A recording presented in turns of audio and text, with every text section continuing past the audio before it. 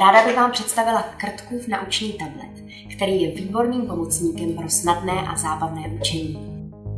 Tento tablet naučí vaše děti abecedu, čísla od 1 do 10, číst, psát, anglickou abecedu a slovíčka. Vše se přehledně zobrazuje na LED displeji, díky kterému děti získávají lepší představivost. To ale není vše. Krtkův naučný tablet obsahuje i 6 nahraných básníček Jiřího Žáčka, který spolupracoval na mnoha knížkách s autorem Krtečka, panem Millerem. Pojďme si tedy ukázat, jak tablet funguje. Jedním stisknutím se zapne a je připraven rozvíjet dovednosti vašich dětí. Ahoj kamarádi, budeme si spolu hrát. Naučím vás číst, psát a počítat. Hello friends, we will play together. I will teach you read, write and count. Ve spodní části si vybereme, co se chceme učit. Po zmáčknutí tlačítka písmena Pojď se učit písmena.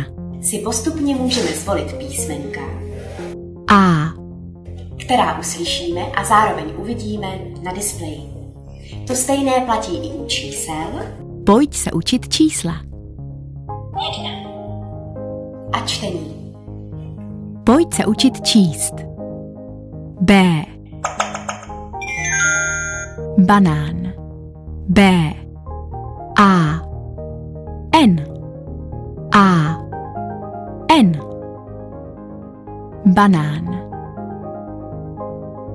Pokud chceme přepnout do angličtiny, zmáčkneme poslední tlačítko v řadě. Pro výuku psaní zmáčkneme tlačítko Jak napsat. Pojď se učit psát. Dívej se na displej, vezmi papír, tužku a vyzkoušej to i ty. Opět si vybereme písmeno nebo číslo a na displeji se zobrazí postup psaní. K. K. K. Tlačítko Najdi vyzkouší vaše děti, zda už písmenka, čísla i slova ovládají. Pojď hledat písmena, čísla, slova.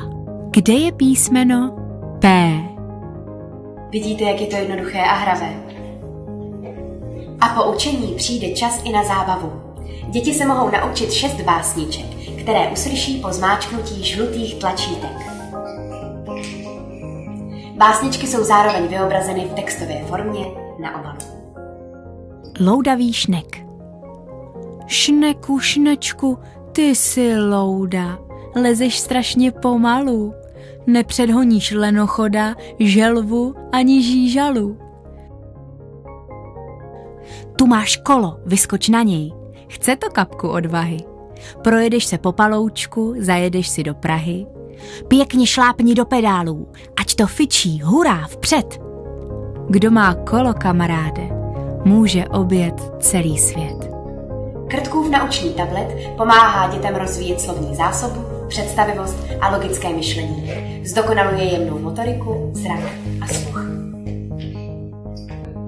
To vše dělá z Krtkova naučného tabletu jedinečnou hračku, která vaše děti nejen učí, ale hlavně baví.